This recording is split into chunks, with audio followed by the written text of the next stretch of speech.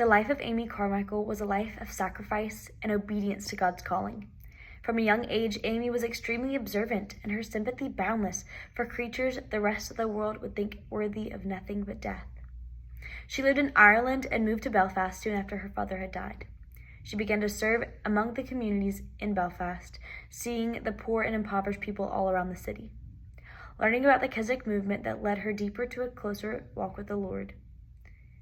Amy felt the Lord's call on her life to go into missions and began to pray as to where he would want her to go. Originally, she wanted to go to China, but after many doors were shut, she realized that the Lord was telling her no. After many prayers and work with teams in and around Belfast, she set out for Japan to begin her missionary journey. While in Japan, Amy met a translator named Masaki-san, who traveled around Japan with Amy translating the gospel message. As Amy shared the gospel, she realized that much about herself had to change so that she did not become a distraction for the people she was ministering to. Amy decided that she was going to fully immerse herself into whatever culture she was in. Amy learned about cross-cultural missions and the impact that foreign distractions have on people and the limitations to sharing the gospel when you're not fully immersed into that culture.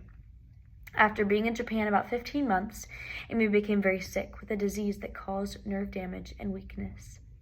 Amy went back to England to recover for only a short amount of time. Soon after, Amy moved one final time to India, where she would continue to recover. But while in India, she began to encounter the amount of people who were lost and in need of salvation. After she had healed, she began to minister to the people of India. Her life was nothing short of adventure, but continued to display the faithfulness of God and obedience to his calling. Sometime after her ministry in India had begun, Amy met a woman named Prina, who had escaped life as a temple prostitute. She found refuge and peace with Amy and continued to stay with her. Prina became the inspiration for the rest of Amy's ministry. Amy felt a call to help these women and girls that were enslaved to the life of temple prostitution. After Prina came to Amy, so many other women and girls gained the courage to leave the horrible life behind and find refuge in Amy. Looking back on her life, Amy began to see the path that the Lord had laid out for her. God had said no to her prayer to go to China. He had limited her time in Japan and opened doors for her to go to India.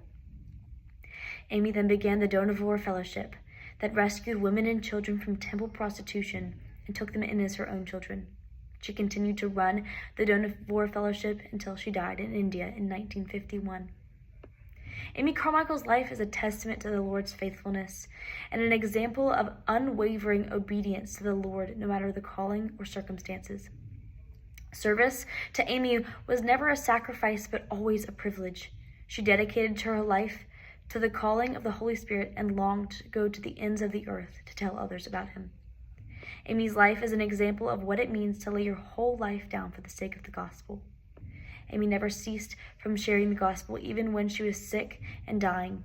She continued to do the Lord's work and pushed others around her to do the same. Amy Carmichael's life and ministry was completely devoted to the Lord and his calling on her life. She was willing to go wherever the Lord asked her to go and do whatever he asked her to do.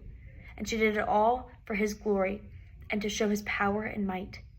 Amy left a legacy that is remembered throughout generations, challenging Christians to go into missions and serve the Lord with their whole heart and soul, always giving God the glory.